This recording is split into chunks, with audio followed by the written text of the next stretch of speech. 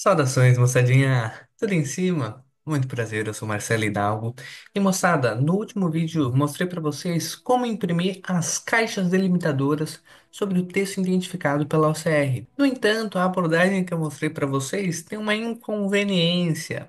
Só sabe quem tentou, hein? Deixa eu mostrar para vocês o que eu tô falando. Ok, moçada, estou aqui no Visual Studio Code e esse foi o código que eu já mostrei algumas vezes para vocês, onde, com base no diretório de uma imagem, eu abro ela usando o módulo image do pacote Peel. Eu faço o reconhecimento das strings do texto contido nessa imagem utilizando o PyTesseract, o Tesseract OCR.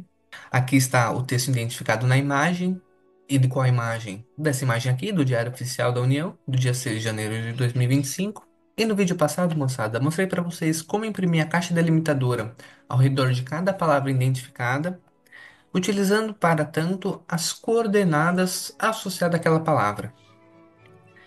Aqui foi o código que eu mostrei para vocês e imprimimos as coordenadas de cada um desses textos. Expandindo aqui a imagem, aqui as coordenadas associadas a cada uma das palavras identificadas. E qual é que é o inconveniente dessa abordagem? Aqui, gente, se eu troco as coordenadas por texto, se eu quiser imprimir aqui na função inserir texto da CV2, o texto que foi identificado e não a sua coordenada, quando eu executo, o que que acontece? Olha aqui o nosso resultado. Vou colocar ele aqui numa aba maior. Segundinhos depois, carregou aqui a imagem. O computador aqui tá sofrendo, gente. Precisa me ajudar no Pix aqui para me comprar um PC novo. Ó, o que que acontece aqui, ó.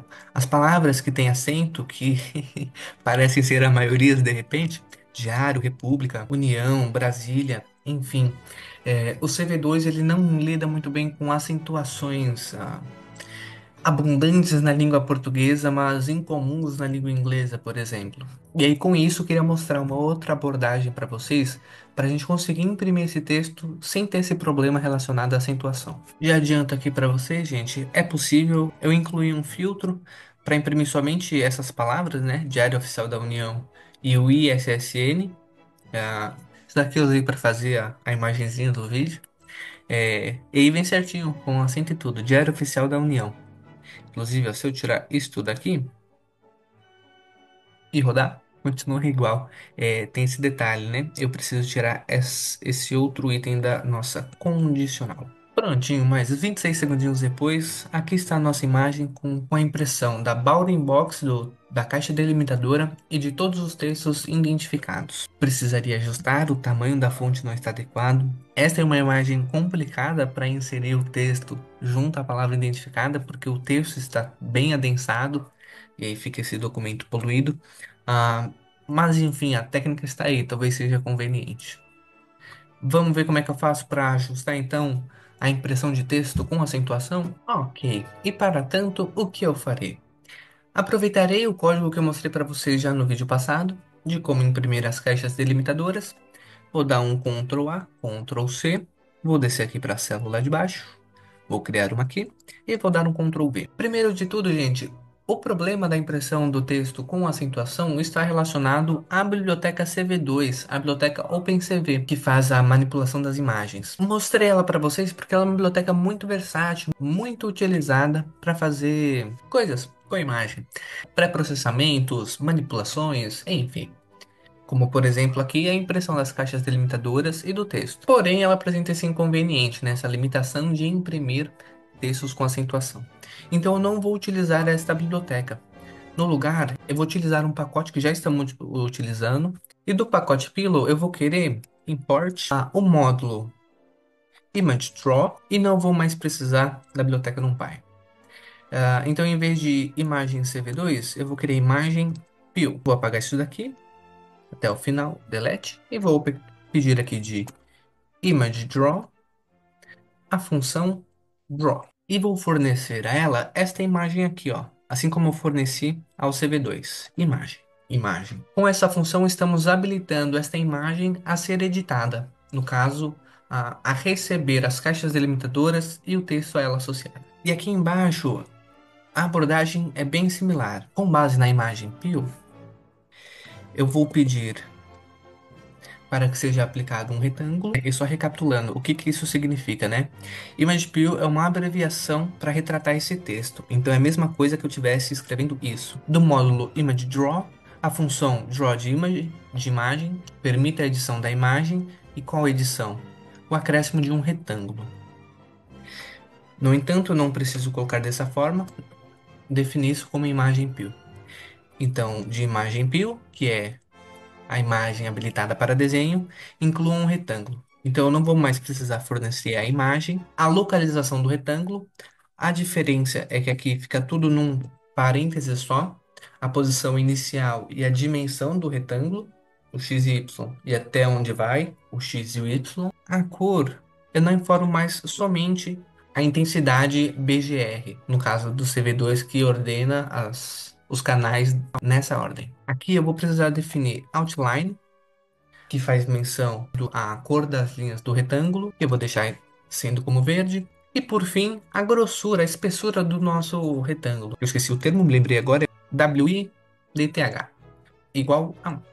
E para fazer a inclusão do texto, as modificações também é bem parecido. Algumas outras modificações. Então, de ImagePill, a gente vai querer a função somente text, inclua um texto. Não vamos mais precisar fornecer a imagem. Antes de informar o texto que nós queremos adicionar, precisamos informar aonde que ele será inserido. Mesmas coordenadas, quero o texto na mesma posição.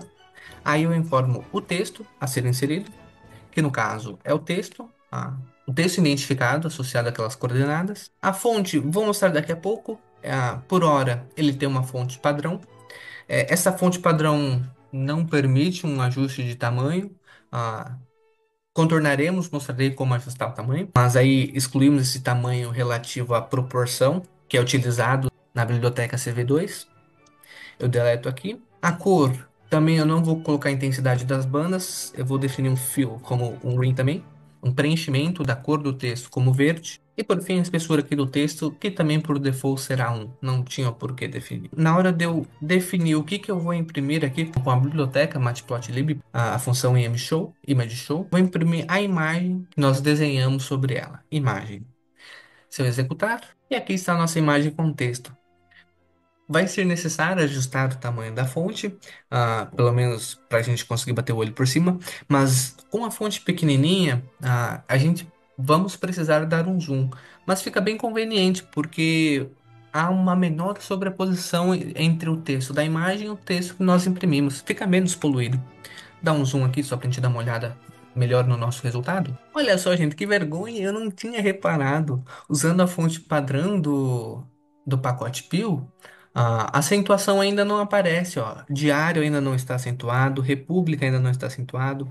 Ele vem com esse quadradinho aqui peculiar. Vamos ajustar a fonte porque aí fica tudo certo, garanto. E moçada, para a gente conseguir configurar a nossa fonte é batata. Eu vou incluir um outro módulo do pacote Pio, image font, e precisa adicionar uma vírgula aqui. Ok. E de image font, eu vou criar a função. Que função? Eu vou criar a função TrueType, onde nela eu vou informar qual é que é a fonte que eu quero e qual é que é o tamanho dela. E para a gente escolher uma fonte utilizando este módulo do Pio, eu sugiro vocês que pesquisem aqui no Windows, que vocês realizem a seguinte busca aqui no Windows. Procurem por fonte, aqui, configurações de fonte. Entrando aqui, será informadas as fontes que tem disponível no sistema operacional. São essas fontes que nós já temos acesso no nosso computador que utilizaremos para incluir o texto na nossa imagem utilizando o módulo ImageFont. ImageFont e ImageDraw. Serei bem tradicional, virei aqui em Arial. Clicando nela, ó, temos aqui o arquivo, a localização dela. Eu quero só esse final, arial.tff, tudo em maiúsculo. Então, retornando no Visual Studio Code, em image fonte TrueType, eu vou definir aqui qualquer fonte que eu quero, esse parâmetro um valor inteiro. Um valor quebrado, né? Um float. Vou colocar aqui 20, para vermos como é que fica. Vou armazenar essa configuração no objeto chamado fonte. Opa, fonte igual image. E eu vou informar aqui, depois do preenchimento, eu vou definir fonte como fonte. Antes de eu executar, gente, vejam, nós já desenhamos sobre a nossa imagem. É, tem esse pequeno inconveniente, é bacana deixar na mesma célula o import da imagem junto da sua manipulação, porque se precisar executar novamente, a gente dá um refresh na imagem. Eu deixo ela nova. Porque senão eu fico só desenhando sobre a mesma imagem, eu fico desenhando sobre onde eu já desenhei anteriormente. Começa a ficar muito bagunçado. Então eu vou carregar novamente a imagem e vou executar aquele nosso código de novo. Executou lá em cima, vou executar. Opa, realmente esqueci um coma aqui, ó. Depois de fonte, vírgula, espessura do texto. Agora sim, Ctrl Enter. E aí, inconveniência, gente. Aqui eu coloquei maiúsculo, mas na verdade o texto deveria ser minúsculo, mas isso não acontece com todo mundo. Arial.ttf. Executar aqui, agora vai. Aqui, moçada, ó. Diário com acento, república. O número veio bonitinho. União, o tio. Show de bola, né, moçada? É isso aí. Pratiquem, exercitem, brinquem. E até o próximo vídeo, hein, moçadas? Pera. Antes de eu ir embora, eu queria mostrar um último código para vocês. Eu consigo ter uma relação das fontes disponíveis através da biblioteca aqui OS, para mim mexer com os diretórios. Eu vou pedir para listar todos os arquivos que tem dentro da pasta Windows e dentro da pasta Windows a pasta fonte, só para mostrar para vocês aqui. Porque vejam, retornando aqui nas fontes aqui do sistema, Windows Fontes. Então, da pasta fontes dentro de Windows, tem aqui a nossa fonte, o arquivo da nossa fonte. Aí eu estou pedindo liste todos os itens dentro da pasta fonte, dentro da pasta Windows. E vou dar um print disto. Ok, ele citou aqui as fontes, todos os itens que tem dentro desse diretório. É, Veja que estamos utilizando a extensão .ttf. Então eu não quero, não me interessam esses itens, esses arquivos que não têm a extensão que eu desejo. E é aí que vem esse outro código. O que que eu fiz nele? Chamei de fontes TTF, uma lista que vai receber esses arquivos desta outra lista. Como que eu desmonto a lista fontes disponíveis nesta outra lista aqui? Então, eu quero preencher fontes TTF com as fontes, sendo essas fontes for fontes em fontes disponíveis. A lista deve ser preenchida com fontes para cada uma das fontes disponíveis nas nossas fontes disponíveis, né? Preencha com o valor de cada valor da nossa lista. Mas eu não quero todas as fontes, somente se if fontes terminarem com ends with, entre parênteses, entre parênteses, entre aspas, que é uma string, ponto .ttf.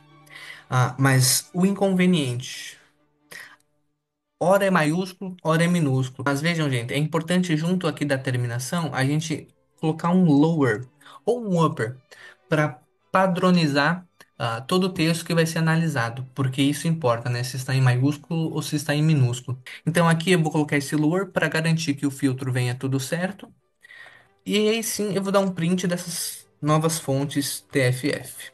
Opa, Ctrl V aqui, boto no comecinho, print, run.